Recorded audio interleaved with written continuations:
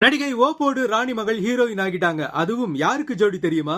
1994ல release ஆன நாட்டாமை படத்தோட சக்சஸுக்கான பல காரணங்கள்ல ஒன்றுதான் டீச்சர் கேரக்டர். அதுவும் அந்த கேரக்டரை வச்சு கவுண்டமணியும் செந்திலும் சேர்ந்து செய்த காமெடி லூட்டி எல்லாம் வேற லெவல் ஹைப்பை கிரியேட் பண்ணுச்சு.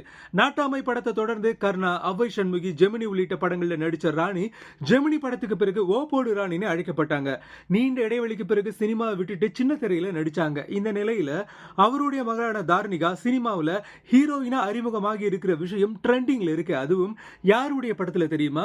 கேப்டன் விஜயகாந்தோடைய இளைய மகன் சண்முக பாண்டியனுடைய கொம்பு சிவி படத்துல தான் அவருக்கு ஜோடியா நடிச்சிருக்காங்க தார்னிகா.